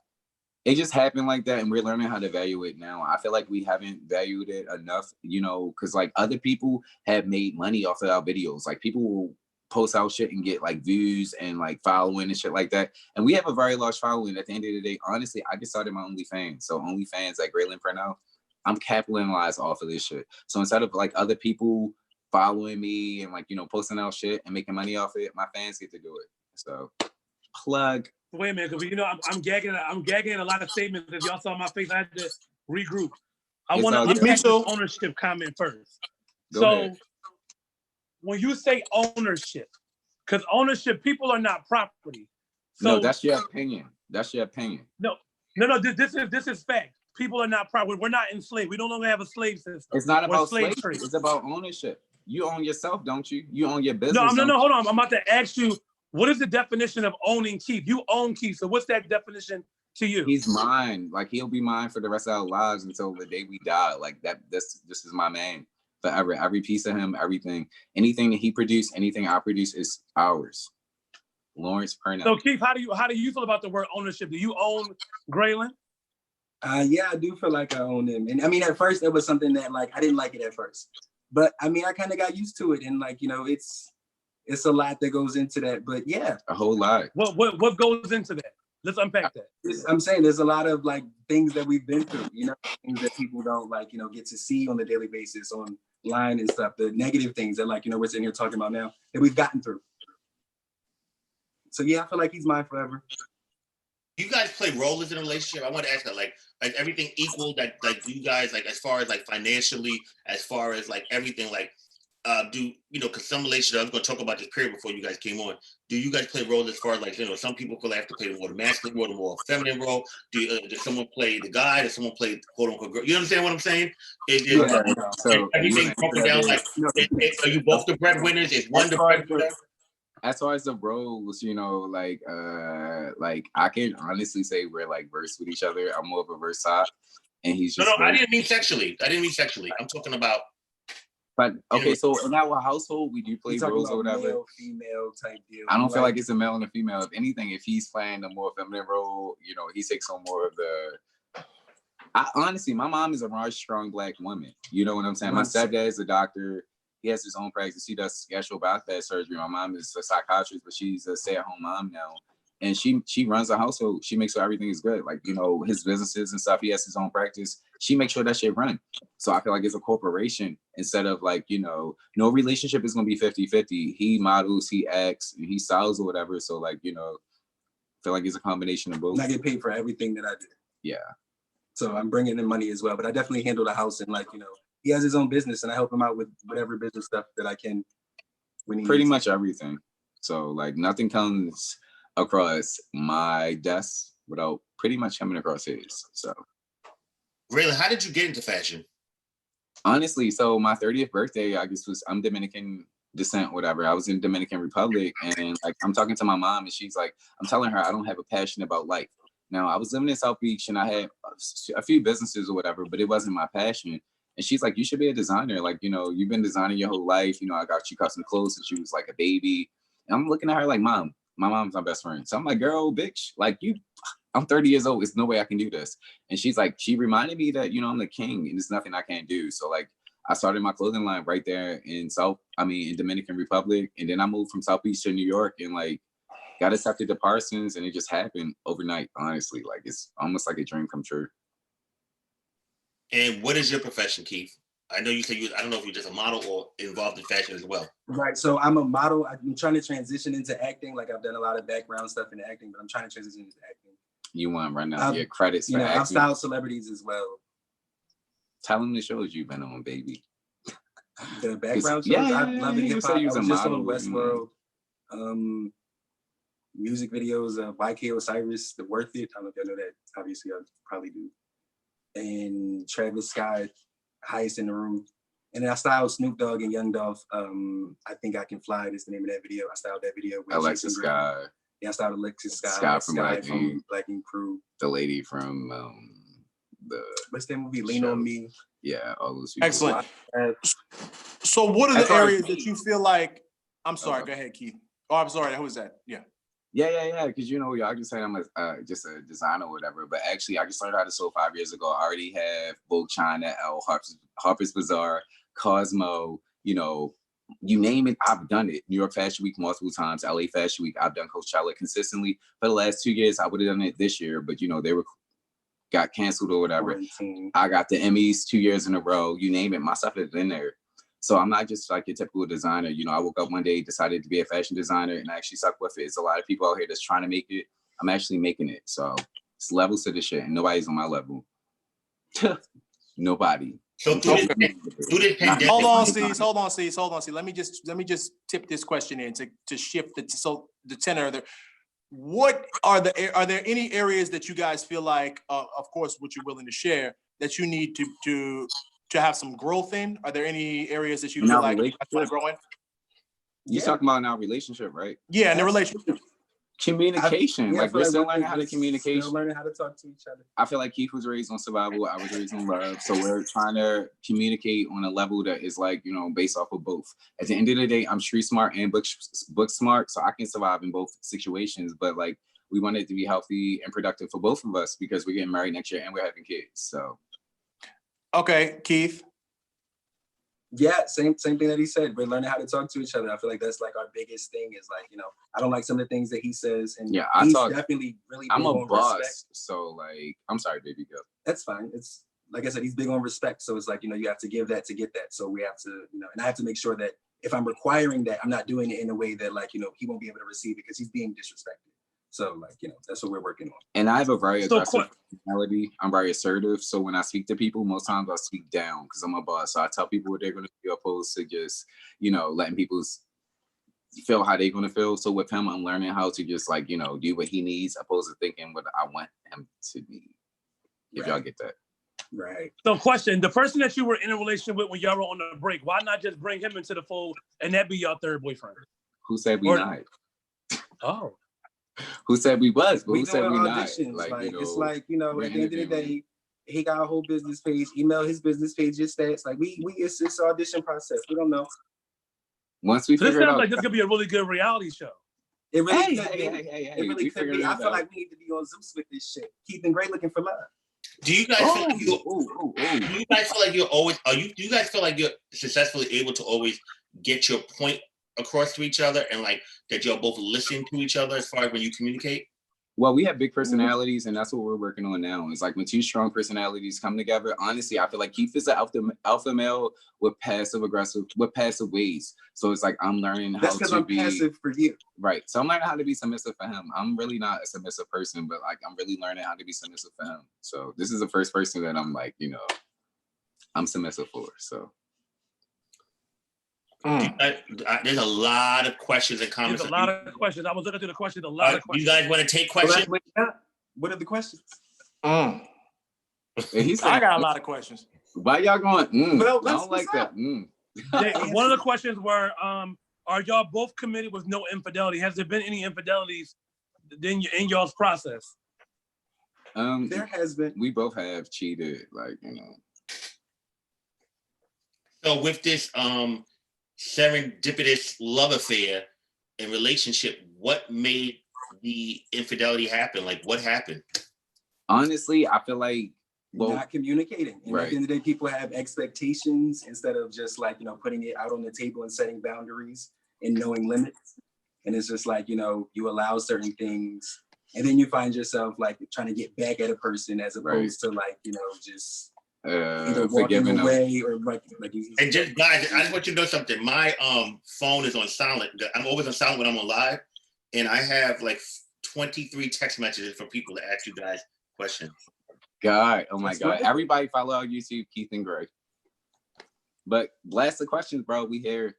Too bad we can't smoke in here, bro. Is it like also know that also that you got, but Grayland, you've been around for a long time, so you know I have viewers from around the world. So please, guys, take these questions. People have questions. You know, people are learning and people are just observing. So nothing is personal, bro. These people don't know me personally, so I don't take anything personal. No shade. Anything I put on social media is what I want to be put out. It's not like these people actually know me personally to personally attack me. I get thousands and hundreds of negative messages a day. So I'm good with this. You know what I'm saying? We've had, you know how it is with the viral videos. We thrive off of this shit. Yeah, we keep key on social media, but we'll literally sit in the house and shut our phones off for hours and just enjoy each other. Right. Play the game, smoke. Like we're not. So Grayland, somebody has a question. The question is, being as though you're someone who is a celebrity designer, how do you feel it looks to people that look up to you when you display your parts of your toxic? I'm changing the question around. Parts of your toxic relationship on your social media. Okay, so this is how I feel about them. I don't care. Toxic relationship. Baby, hold on. I don't care. At the end of the day, people who look up to me are looking up to me for their own personal reasons. I'm a human being at the end of the day. You understand what I'm saying? I'm just still developing myself. I'm still, you know, finding out who I am. Yes, I know who I am, but I'm still constantly changing every day. Every experience that I experience really changed me, and it makes me become a stronger person in different ways. So you're either going to learn from the positive and the negative, or mind your fucking business. I don't care. basically is it. Like, I'm not here to be nobody's role model. I'm here to be myself and to live for myself. If somebody can't take it, I don't give a fuck. No street. Another question is, Keith, they said, what's 5 things that you learned from Grayland? 5 things I've learned from Grayland. I've learned so many things. Name 5, bro. Top off your Name head. 5. He taught me how to sew. He's taught me how to sketch. Literally, like, I have no artistic talents. Like, my sketches are amazing. Like, he taught me how to sketch. What else? Taught me. Okay, so he didn't really teach me how to cook, but I didn't really know how to cook before I like met him. So like, I only learned for him, and he was a part of that process. So I'm gonna count that as 3. He taught me. He teaches me everything. Like, can we just do 3? I don't know. Nah, nigga, name 5, nigga. Fuck It should be 5. Fuck, you can't name 5 off the top of your head. Cause I ain't come out here to just learn shit. There's so many questions I really want to get to. Yeah, exactly. I feel like 3 is cool. It's like no. Can you I want and I'd love to hear from Brother Gray as well. What? So you want 3 things you learned from me? What? No, we were at 5. Hold on, we were at 5. Are you able 5 to things I've learned from to him? get down to 3. That's 5 things I've learned is like, you know, you can't trust anybody. That's one thing I've learned. That's what you learned from me. Yes, I've learned how to be more aggressive. I've learned how to stand up for myself more. I've learned how to love harder, and I've learned actually what it is to love. Like, you know, before him, I've never loved anybody as hard or as much. And it's like, I require a lot to love me. You know what I'm saying? And like, I'm very complex. I'm just speaking in general, period. I'm speaking though, babe, at the end of the day, you know what I'm saying? I've learned how, like, you know, if you're going to love somebody, I've learned what fucking I learned if that nigga said he married unconditional love is from loving him. That's the most valuable thing I learned from this motherfucker. So that was the VIP lesson, was the unconditional love piece. Way to flip it. Okay, and then what would he hold on. Okay. So we trying to, you know, the teacher in me likes order a little bit. So because these are great, you're making great comments. So number 1, the VIP lesson was you learn how to love from him. And I'm sorry, the number 2 in order, Brother Gray, is what? I don't remember what I just said. Oh my God, I've been drinking, bro. I'm a designer, so I have like my memories. Okay, so I learned how to love from him. I learned how to like not let anyone get over on me. I've learned how to be more aggressive. Trust niggas. I've learned how to not trust people just because you think you know them. You know what I'm saying? You have to know people on a totally different level. How you figure you learned that from me? Nigga, because I thought I trusted you the most and loved you the most. So that ain't happened with none of them niggas before me. Nah. So that was the number 3. No nigga before you don't matter. Period. Unconditional love is, and honestly, I've learned how to love myself through him. You know, I've always like, I'm a very cocky individual. I'm very confident, but I feel like out of everybody, he's the only person that's really broken me in my whole life.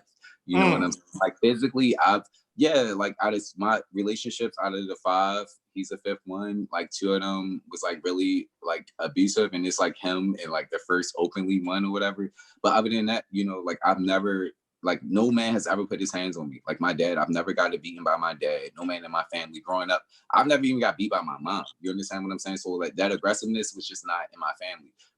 Us discipline was go read a book. You know what I'm saying? Go get on timeout. Like my parents were totally different than like the average Black family. So that's what I've learned, you know. Okay, thank you for that. And Brother Keith, you maintain that you want to stick to 3 answers, not 5. Is that right?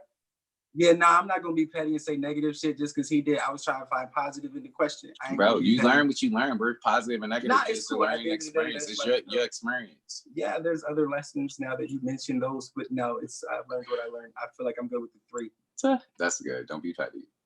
Okay, so Lisa, what's up with them questions up there? Because I feel like you salty up there, bro. I feel like there's a lot of stuff up there. What's You up? think I'm salty? Okay, wait, I will add really quickly that he taught me how to conduct myself business-wise. Like, you know, my mom is a businesswoman. So like, you know, I have learned a lot from her, but with him, it's like literally he took me under his wing and like, you know, I can, like he said, I can carry his shit now without him even there. And like, you know, that's another thing that he taught me. And I'm a hard businessman. I'm a shark. You understand? I'm strong as shit. That's how my businesses are so successful, because like I cut motherfuckers' throat.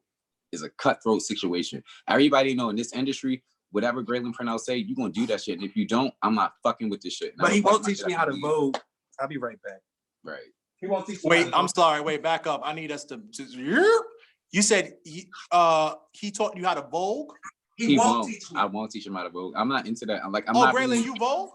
Yeah, a little bit. used to. A little bit. But He I'm was a not. Revlon. He used to. Oh, he was Yeah, a yeah, Revlon. but I'm Okay, not. I'm not like I'm gay, but I'm not like a gay. You know what I'm saying? I'm more of a masculine gay, and like me voguing was just like with my friends in Baltimore in the house. It wasn't really like an outside thing. I probably did that stuff outside. I can count on my hand. So I don't like my feminine ways is not for people outside, bro. That's for inside out. That's just what type of man I am. You know what I'm saying? Everybody don't see me being submissive. This is the only motherfucker that really see me being submissive. But this is part of your evolution, though, right? Because you also talked about you've evolved and grown up a lot, right? I get that sense that you really because I have, but I still don't. I'm still not submissive to people. Like I'm a boss. Oh yeah, that's not what I mean. But I'm saying when you vogue, you used to walk balls in vogue. No, man, I walked a couple bars in Vogue. I wasn't going a couple. He wasn't like a ballroom person like that. Like, nah, it don't go like that. I did. But you have been on a ballroom floor, voguing, walking Grayland with a twist. But a couple times, bro. Absolutely. A couple times. Okay. And it's not nothing I'm ashamed of. It's just that like the thing is that like it wasn't for me. I'm not letting no people judge me that's beneath me. You understand what I'm saying? I've been on my own since I was 17. I'm 37 damn near. You know what I'm saying? Never been homeless. Don't ask nobody for shit. You know what I'm saying? I handle my own shit. My parents millionaires. I got my own shit. I've been. But let me ask you a question, brother. When you say judging you meant. I just want to be clear about what you mean. You mean judging, as period, bro. Judging on a panel or judging me behind the scenes. At the end of the day, I'm not putting myself on the forefront for nobody that's beneath me to judge me. So you felt like the judges in ballroom were beneath you? Is that what you're saying? I definitely felt like that. People can feel how they want to feel. At the end of the day, I'm a man of like, you have to accomplish things for me. You can talk all the shit you want to talk. If you don't have accolades under your belt, I don't give a fuck what you say. At the end of the day, that's my opinion. You know, people, I'm a boss. You can believe it or you don't. I worked hard for what I had. You know what I'm saying? I've been working all my life. You can pull my tax transcript. My shit go from when I was 7 years old. You know what I'm saying? So it's a totally different level of appreciation with me. So it's just like, if you don't have that passion of life, I can't fuck with you. And most people in ballroom don't have a passion. You know what I'm saying? They follow somebody else's dreams. I have my own passion. So like, I can't connect with people who's not passionate about life. If you get what I'm saying. I do get what you're saying. I want us to stay there for a second because one of the comments that we said that I see in the comment section is that people wanted to talk about ballroom. So Jason and Caesar, Brother Gray has said that has said a couple things related to ballroom. I'm wondering what your thoughts are. I feel like, let me say this. So I feel like both of y'all are successful. You know, I love both of y'all. You know, Jason, I know you forever. Caesar, I know you too. At the end of the day, you know, when it comes down to accolades and shit, people be like, it'd be a bunch of bullshit, bro. It'd be a bunch of motherfuckers faking it till you make it. And those motherfuckers with the least be expecting the most and trying to put people who have the most down. So that's how I feel. We all have our own different, you know, experiences, but like, that's how I feel. So y'all can speak. Did you have negative experiences in ballroom? Because I didn't have any negative experiences in ballroom. I had a couple or whatever, but honestly, I had a couple people who tried to fuck me. You know, I had a couple people who tried to date rape me. I had a couple people who tried to do a lot of shit. But at the end of the day, more so, I always had my own shit. So I wasn't one of those young gays that was like impressionable or whatever. And honestly, I was in a relationship with somebody that had like a little name in the ballroom. Like he beat motherfuckers up. So motherfuckers just didn't fuck with me because like, you know, no shade. The person I was with literally fucked niggas up. So it wasn't for me to like experience a lot of stuff that everybody else experienced. Have you ever won a ball? Yeah, I won a couple balls. What the fuck? I'm a fine motherfucker. You should have seen me back in the days, bro. Long hair, pretty hair, Dominican. So it's just a totally different look. But what does any of that have to do with realness with a twist? You said that was your category, right? Right, but realness with a twist. Most times you win and stuff, that's not based off of like your look and your performance. That's based off of the judges. You understand what I'm saying? People fucking the judges. Like it's all types of shit that goes on behind the stages. So it's not just based off of who you are, your experience. It's based off of like a lot of other stuff.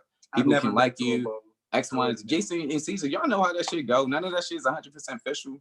Oh yeah, like well, no, that's not. Yeah. I'm just that don't. Yeah. Okay, go ahead. Jason, Caesar, say something. Oh no, I don't. I'm still like. I'm still stuck at the ownership part. I'm sorry. I'm still back there. You still back at the 12-minute mark, Jason? I want you to say how you feel about the ballroom. Do you agree with me or no? No, I don't. I feel like you don't. What? You don't agree with me? To a degree. Right? No. Let me ask you a question. You can't ask me a question then answer the question that you asked me. But you said no. But I'm an alpha too. So I'm toning down my alpha so we can have dialogue. So with that, to a degree, what you're saying, absolutely, does that happen? Do I feel like that's everybody's experience? No, I do not. I can't take away from whatever your experience is or what your outlook is. Right, your experience was your experience. That was not my experience. Was that your experience? I respect that. Huh? Was that your experience? Because I'm asking you, so do you think if you wasn't a prodigy, you would have won as much? Yes. Okay. Oh. I was an Ebony. No, listen, that's not taking away from I was a Prestige and was winning. This is one thing I want to say about the ballroom. It's some beautiful men and women in the ballroom, bro. Like the model and stuff. I say it's so many people that should be super models. It's so many people that are like extremely talented, but it's not about your talent. It's about who you know. You understand what I'm saying? Jason, you didn't say some beautiful motherfuckers come and go. You understand what I'm saying? Some breathtaking. You're right. And I've sent some beautiful motherfuckers back down the runway with their head between their legs.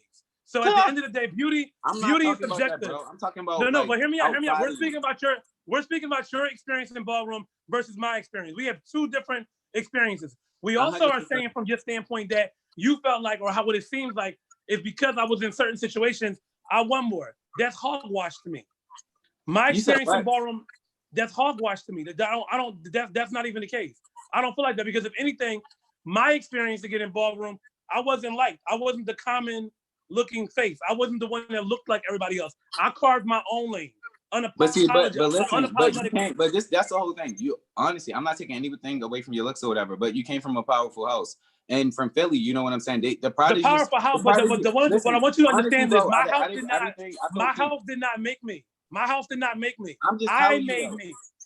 But your house stood behind you at the end of the day. What I'm saying is my house, you know, I can't agree with that statement, Grayland, because when you say stuff like that, it will almost kind of sound like that means man in the house of prodigy provided for me, did everything for me. No, that's not. Hey, bro, stop. They didn't do none of that kind of stuff. So I can't agree with you with that statement. Like I live for the prodigies. No shade. Prodigies came along with like a Banji, like urban effect. So what I'm saying is that like you was part of the prodigy evolution.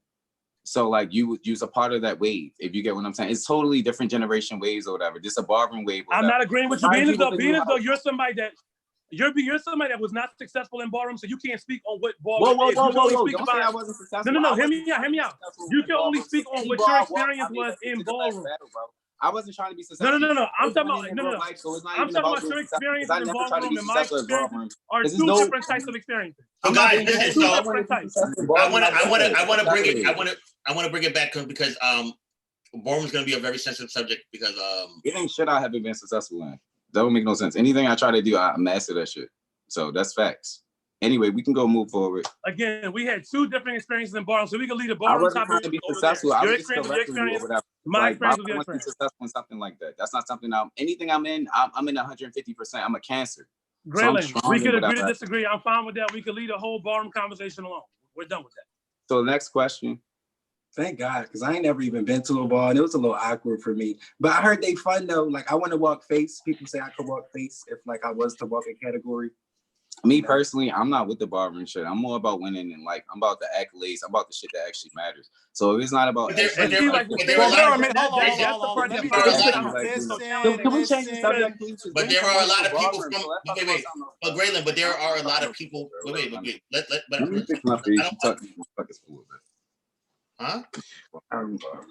He said he has to fix his face. Okay, so hold on. While brother Gray fixes his face, let's just say, because what we're not gonna do is disparage the culture that everyone on this live, with the exception of brother Keith, has been a part of. And I know that Gray's not doing that. He's talking from his. Let me just finish, and then I'm gonna let y'all finish because I hear he's speaking from his experience. With what I don't really have no experience like that, bro. Let me finish, bro. I barely was in that shit. I don't give a fuck. I was barely in that shit. So I don't give a fuck about ballroom. I was barely in that shit. I wasn't in that shit to win it or nothing like that, bro. I dibbled and dabbled in it. So that's why I went you and brought up the Vogue and shit, bro. Because that shit just complicated. Let's move on from this ballroom shit to hold on. Well, we can move on, but we not gonna. Frank is gonna say what Frank's got to say. We can move on. Frank is going to finish what I said. So the point that I was making is that we appreciate the comments you were saying, and we hear what Jason is saying. And also, we want to just remind to all the viewers, since we are on Ballroom Throwbacks, a platform that has over 26 million. Grayland. I'm doing my nerves to that shit, bro. Don't ask me about no barber shit. Let's move on. Y'all gonna talk about some shit. We ain't come on here for that shit, bro. Because we get the fuck off here. Oh, we talking about? Just relax. So let's move on. Next say topic, what? bro. I missed that part. No more barbering stuff. Next topic, man. Come on, what's up? Grayland. Great. No. So Caesar, let me explain it. Wait. Y'all gonna talk about some real shit. We gonna get up. We don't got time for this shit. We ain't come on here to talk about no barbering shit. Like what the fuck? We opened the So floor. if you didn't come on here to talk about ballroom, like I didn't even want to talk about that peace shit. out. Frank. What? Annoying, Talk bro. about anything. You What's said what, next? Caesar? What's next? So again, Grayland, like I need said, you, Grayland, listen. I need Frank to change the subject, Doug. Like I don't want to talk about that, Doug. Could we talk about something else, Frank? Can you change the subject, man? Is that a problem? No, it's not a problem. Hold on, pause, stop, Caesar, don't cut me off. It's not a problem. What is a problem is, hold up, pause. What is a problem is that we all going to speak to each other. We're all going to speak to each other with a level of respect. So I'm going to change the subject because I respect you as a guest on the show, as I've been the whole time.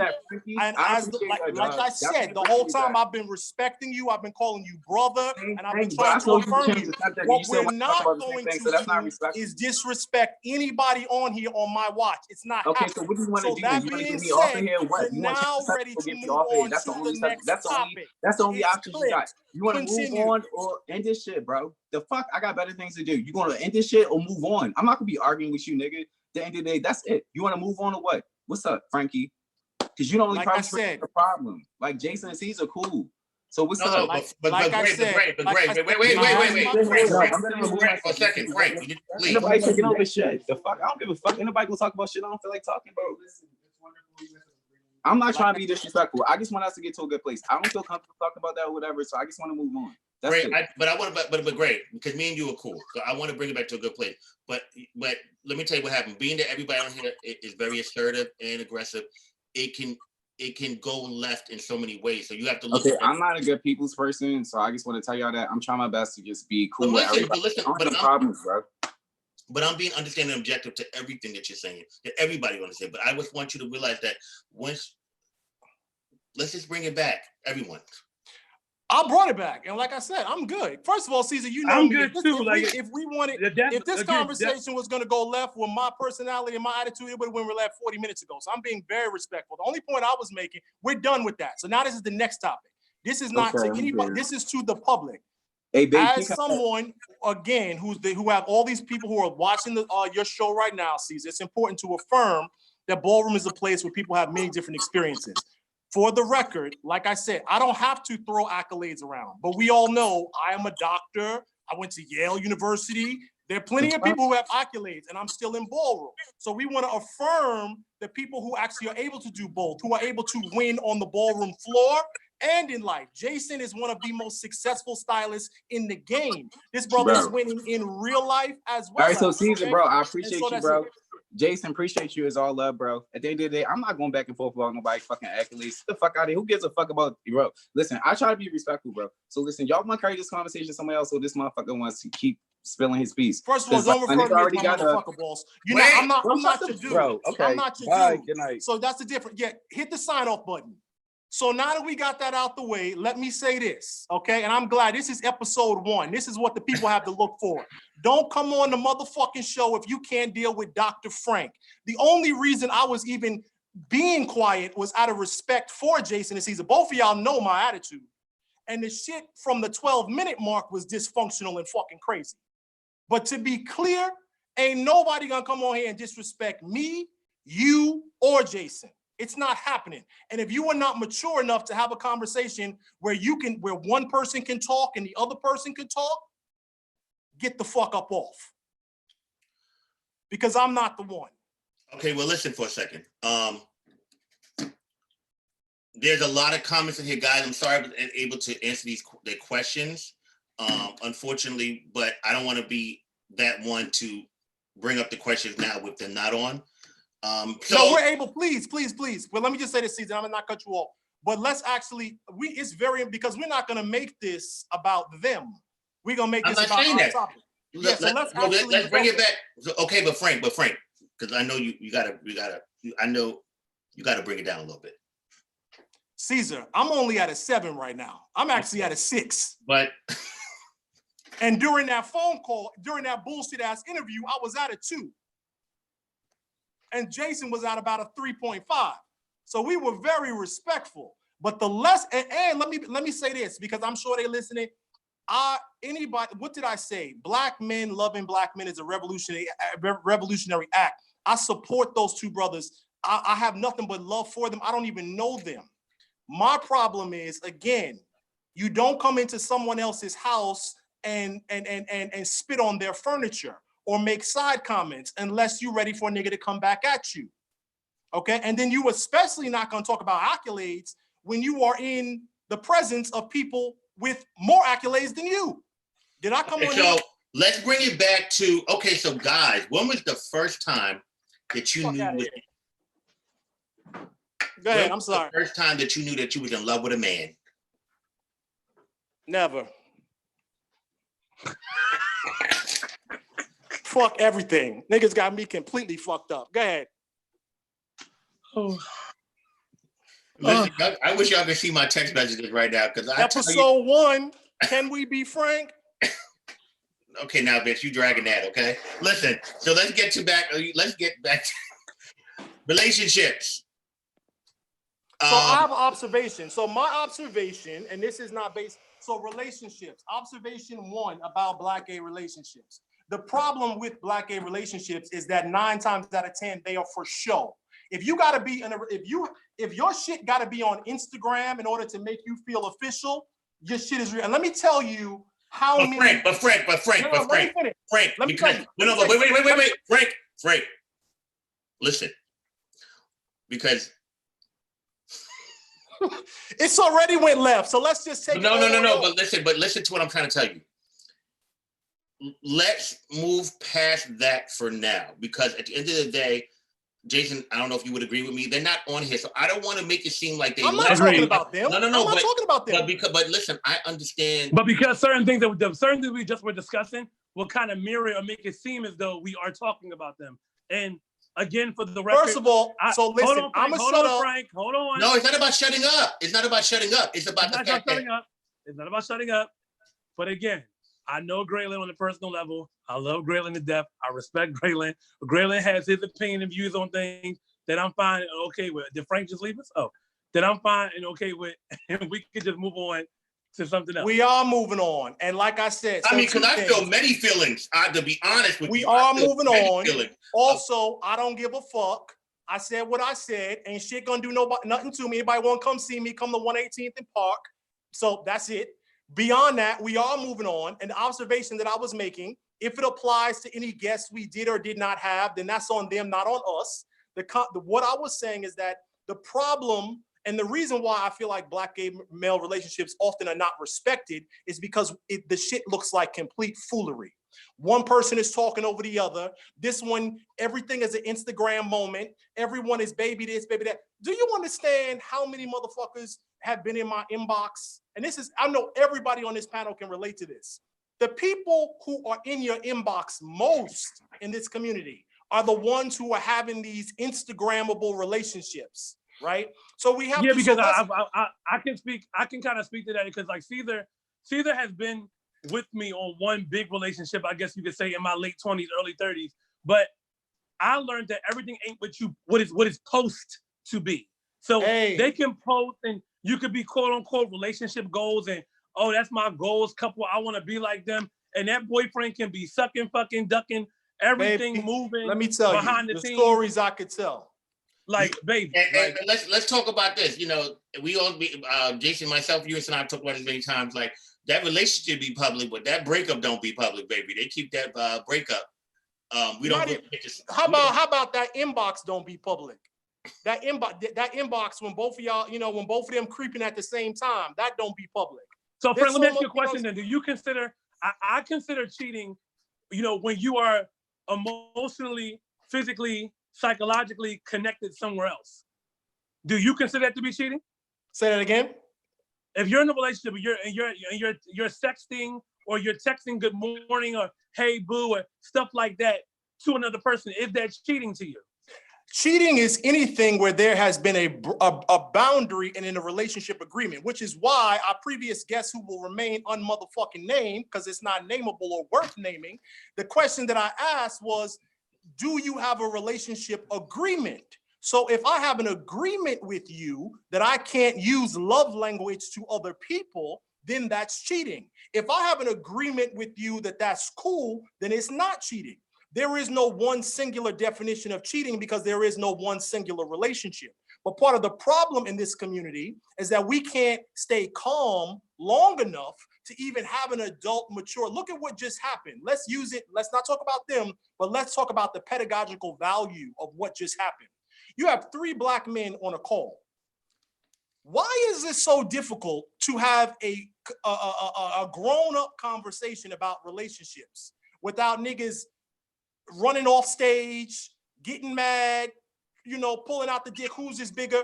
That speaks to a broader dysfunction in our community about having conversations. And so what I think we need to do as Black men, and trust and believe, this is not just gaming, this is brothers, period, need to learn how to increase their emotional maturity so that we can have honest conversations about how we are in relationship with each other. Let me ask That's you what I a have to question. say. I'm going to go back to what he said about his feelings in Ballroom, and obviously Keith was a little inquisitive about it. Have you guys ever been ashamed of Ballroom? And when I say ashamed of Ballroom, meaning that like you met someone, and yes, and you didn't want to either tell them that you was part of Ballroom, or they had a very negative outlook on Ballroom, so you downplayed your participation in Ballroom because of that. Let me tell you something. I'm gonna tell you something. Hold on, Frank. Hold on. I had my finger up, Frank. We gotta start doing this so that we don't talk over each other. You're right. So I was like this. So I did, and a lot of people, it was for a lot of reasons. The first reason is it's kind of hard living in Philadelphia, and I'm not trying to sound egotistical, but it's kind of hard living in Philly and somebody not know who I am because of my participation in Ballroom or because of my participation in the gay lifestyle. Now, there was a situation that I was in where he didn't know about those things because he was new to just experiencing and being with gays and dealing with gay men and, you know, exploring his sexuality. But as time went on, the reason why I kind of kept that from him is because for me, I like to keep certain aspects of my life kind of sacred. And I value the fact, not secrecy, but sacred. And I didn't want him per se involved in the scene or the lifestyle because I realized like, I've seen all the bad, I've seen the good, I've seen the indifferent. And I didn't want him to be a part of that. And I kind of felt like, no shade, this is my thing. And my thing is my thing. My friends are my friends. You can have your own experience if you decided you wanted, what you end up doing, finding out about Ballroom and wanting to be a part of Ballroom, but I wouldn't take him to no ball. Because sometimes when we're prolific figures in the ballroom scene, when we date somebody, we shine a light on them.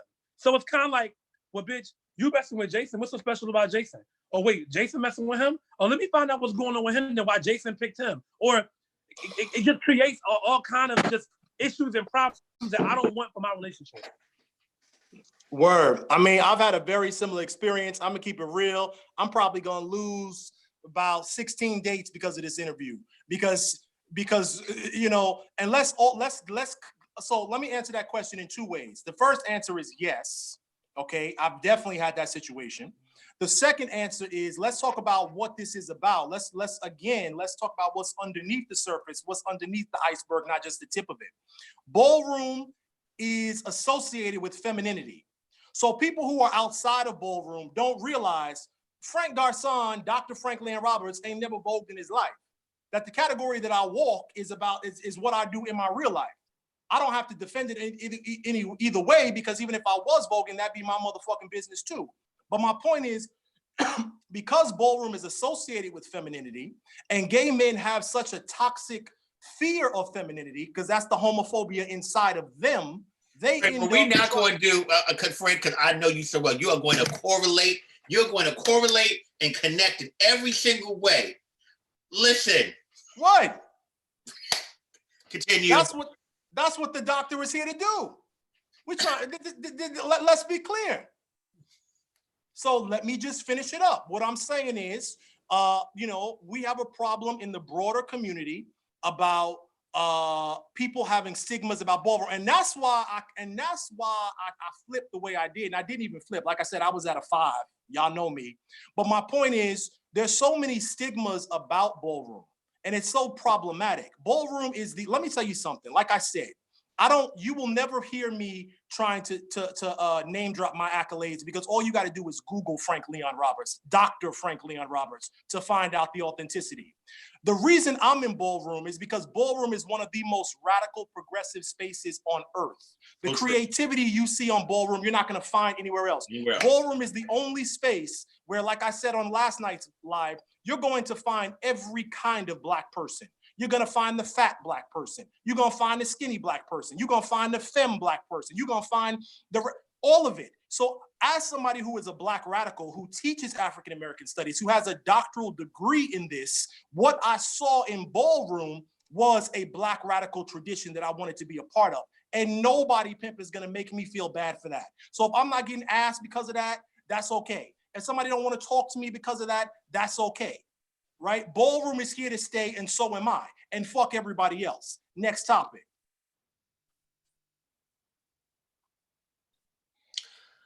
Well, the people on here saying according to the comments, I'm being long-winded, so I'm gonna stop talking for a second. They said, Frank, people feel like you're making them wet. What? You're making people wet. They vote Frank for president. Yeah, there's a lot of yeah. The professor makes me wet. Yell me, Frank. Yeah, okay, this is yeah. Anyway. John Doe said, hold on. John Doe says, you're only a doctor for a category, Frank. You're not a real legend. So let's break this down, because I don't know what. Can we not? Sometimes you don't address every comment that people make. Can we not? No. It's actually, it's one sentence. That's okay too, boo. So first of all, I am a doctor. That's official. All you gotta do is check the New York Board of Certifications. But if you're trying to say that I'm not a real legend, that's okay too, because that's part of the beauty of Ballroom, that we are so opinionated. We have so much passion in what we do. I love belonging to a community where everything is up for debate.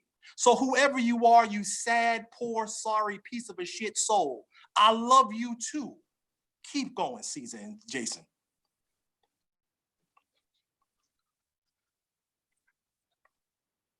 With the doctor's permission. I'm sorry. I'm saying, yeah, I'm sorry. Because people kill me. Like, look at what, and again, but also let's reflect. Here we are, 3 men a part of Ballroom. All of us cool, calm, and collective. None of us have been judgmental here. No, so which part of the stereotypes are true? You have 3 men who are conducting themselves like men, but you got comments out of control, which happens everywhere. You got guests out of control, but Ballroom is once again being the example of what maturity looks like. So I just want us to mental note that shit.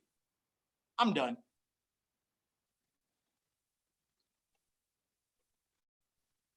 When was the first time you guys realized you was in love with a man? What I thought was love? I mean, thought was love, actually was in love? I'd say probably by my second real relationship. Because the first one was like more smoke and mirrors. It was more like me being, it was a very deep infatuation. It wasn't love. But I think my idea of what love looked like changed a lot over the years. Like what I thought was love wasn't, that I thought I was in love, and that wasn't really love neither. It was certain things I learned about the love that I desire and required, but like, yeah. Frank, what about you? I'm not really sure that I've ever been in love with a man. I've been in love with a woman. It's a very different experience. The closest that I would say, actually, ironically, would probably be Ballroom. Y'all all know Daryl, who used to be a prodigy, and that was a very, I was a baby when that happened. You know what I mean? Wasn't even really out in a certain type of way, and that probably, looking back, was that there was love there. I think I was definitely in love, but the real deeper question is, when did I learn how to love myself?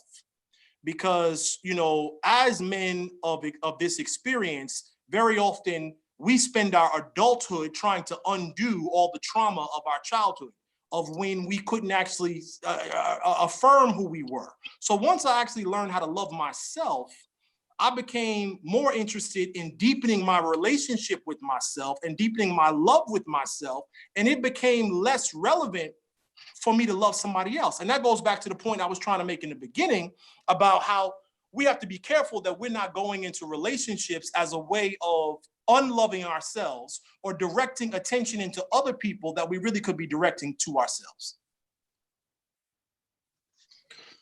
You know, Jason and I, we talk a lot about, you know, just self-care and loving yourself and just, you know, pouring into yourself, especially when you're a person that pours into a lot of people. I pour a lot of myself into a lot of people that's around me, that's close to me, that I work with.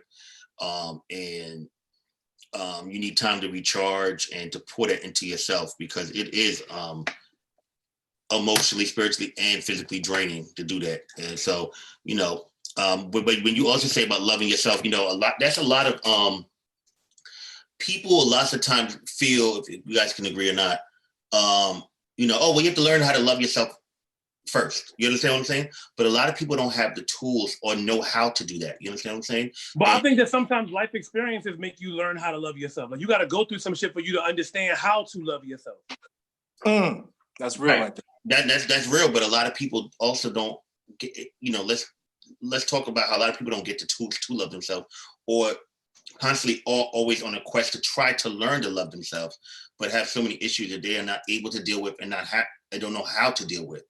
So, you know, I just want to be careful with stuff like that, because, you know, lots of times people say, oh, you got to learn how to love yourself first. You understand what I'm saying? We've all said it to somebody, we've heard it, but a lot of people don't know how to do that or have the tools to do it. And that's really, and you know, that's such a good point, because, you know, and I've said it, me and you have had this conversation, C's, when people say they love you, sometimes you got to be careful, because it's not about the person who loves you, it's about the quality of love that they're giving. That's the thing. Some of us, we're so thirsty for somebody to love us, but we don't ever really stop to think, maybe this person does love me, but that doesn't mean that the quality of their love is actually enough for me. You know what I mean? And but I'm a firm believer that you don't get to dictate how you love me. You don't get to choose that. Like, you don't choose how to love me, like, or think that your way of loving me is acceptable to me. But it took me until my later 30s to realize that. Because like you just said, Frank, like, people definitely were loving me, but that wasn't the kind of love that didn't work for me. That's not how you gonna love me. You don't get to decide that narrative. That has helped me, as Caesar says, I can count on my hand how many friends, like real friends, I have. That's right. Like, friends that I know for a fact through and through love me unconditionally, accept me flaws and all. I accept them flaws and all. They pour into me like I pour into them. And we don't have to speak every day to be someone that shows me that you love me, or vice versa. Word. I found some of them, just to turn, I've actually found some of the most, you know, because I have a family that adores me, as far as family that, you know, my biological family, whatever, that adores me and loves me. But I've had some of the best relationships, as far as, you know, friends and people that truly love me, with people that I have met from Ballroom, like people that are family to me, you know, especially now in life. At 41, like, the circle that I have now, I've never been the most satisfied until now with the people that's in my life currently, and the people that I have in my circle, to be honest with you. Because, you know, that's an whole nother topic. But guys, I think it's time we get off here. I appreciate everybody that came on tonight. We will be doing a lot more of these. This was the soft launch. Went a lot different ways that I didn't expect. You guys would like to close it with anything? And, you know, yeah. I did just launch my YouTube page. You guys can follow me on YouTube, Jason Bowman. I'm in the process now of uploading some dope content. You know, during this quarantine, I've had some time to, again, to pour into myself.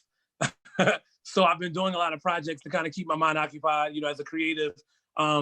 This quarantine has kept my brain like this in the house. And while I'm in the house, my brain's running circles around it. So I did utilize this time to kind of do some self-reflecting projects that'll be coming out soon. I just had a dope collaboration that I did with Amada Negra from Love and Hip Hop Miami. You guys can check out the interview on my Instagram. Me and her are actually going to be teaming up to do some dope things coming down the pipeline the next few weeks. So also, I discovered a new app called Bigo. So if you guys are on Bigo, that's Bigo. You can follow me on Bigo. A lot of ballroom people have filtered over to Bigo. It's a great platform that we have a lot of different conversations and topics about stuff. So it's a really dope app. You guys want to download it and kind of join in the conversation. It's also a great way to make revenue while you're sitting at home, while we're quarantined. So yeah, it's pretty much it. All I have to say is we can disagree with each other without destroying each other.